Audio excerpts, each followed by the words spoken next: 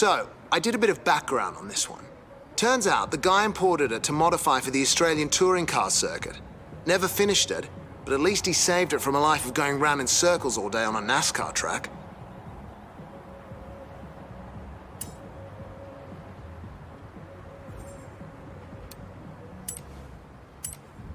Not just a Dino, a 246 GT with the bigger engine.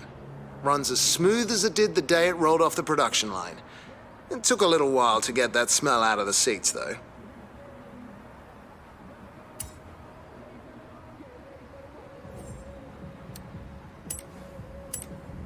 This thing didn't just win Le Mans. That same year, 49, it won the Targa Florio and the Mille Miglia as well. Hence, 166mm. This is what it's like to be a car nerd.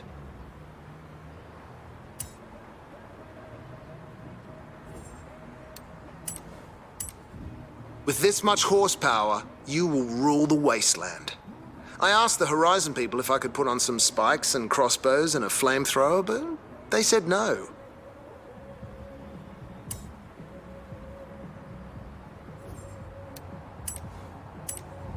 Remember that suitcase we found on the roof?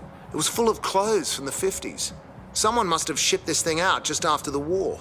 Talk about a blast from the past.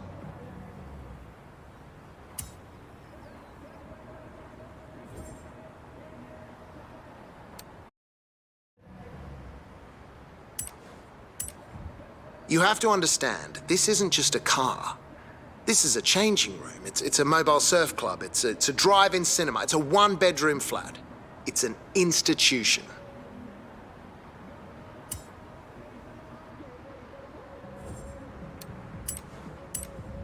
You know what I found when I started working on it? The entire frame was twisted. That's how much torque this thing has off the line. Brings a proud tear to your eye, doesn't it?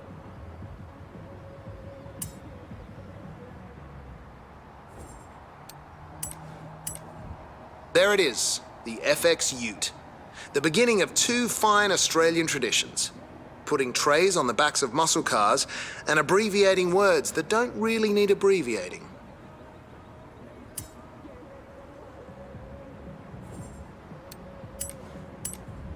This thing was so quick back in the 60s that every crook had one for a getaway car. So the police started driving them too. See? Car culture. Bringing people together since 1959.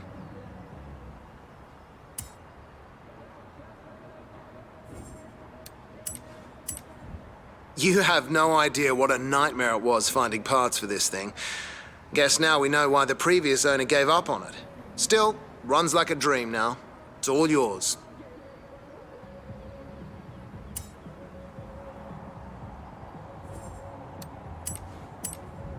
The Pininfarina Berlinetta.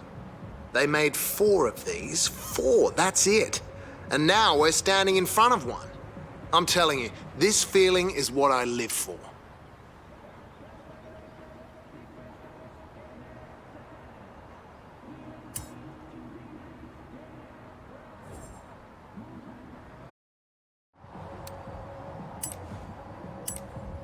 Only a 1.5-litre engine, but a full fiberglass body, so it weighs nothing.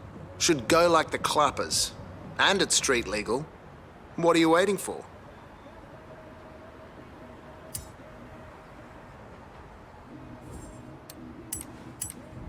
They nicknamed the V-Spec Godzilla.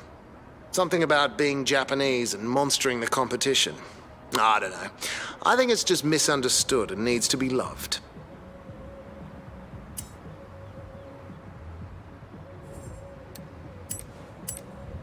Big market for Japanese imports out here. Being so close, it's pretty cheap and easy. Of course, it's cheaper and easier to find one in a barn, but we can't all be that lucky.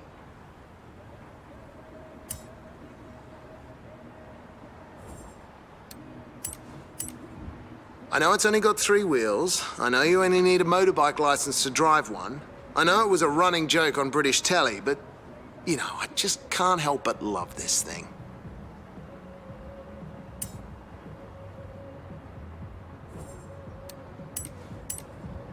All right, we shouldn't laugh, but you know what I think happened to this one?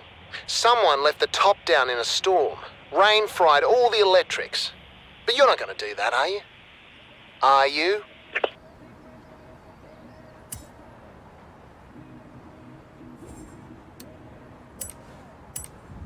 My dad had one of these. Never took it off-road, never got it dirty, never drove it much faster than 50. That's probably why I take after my mum.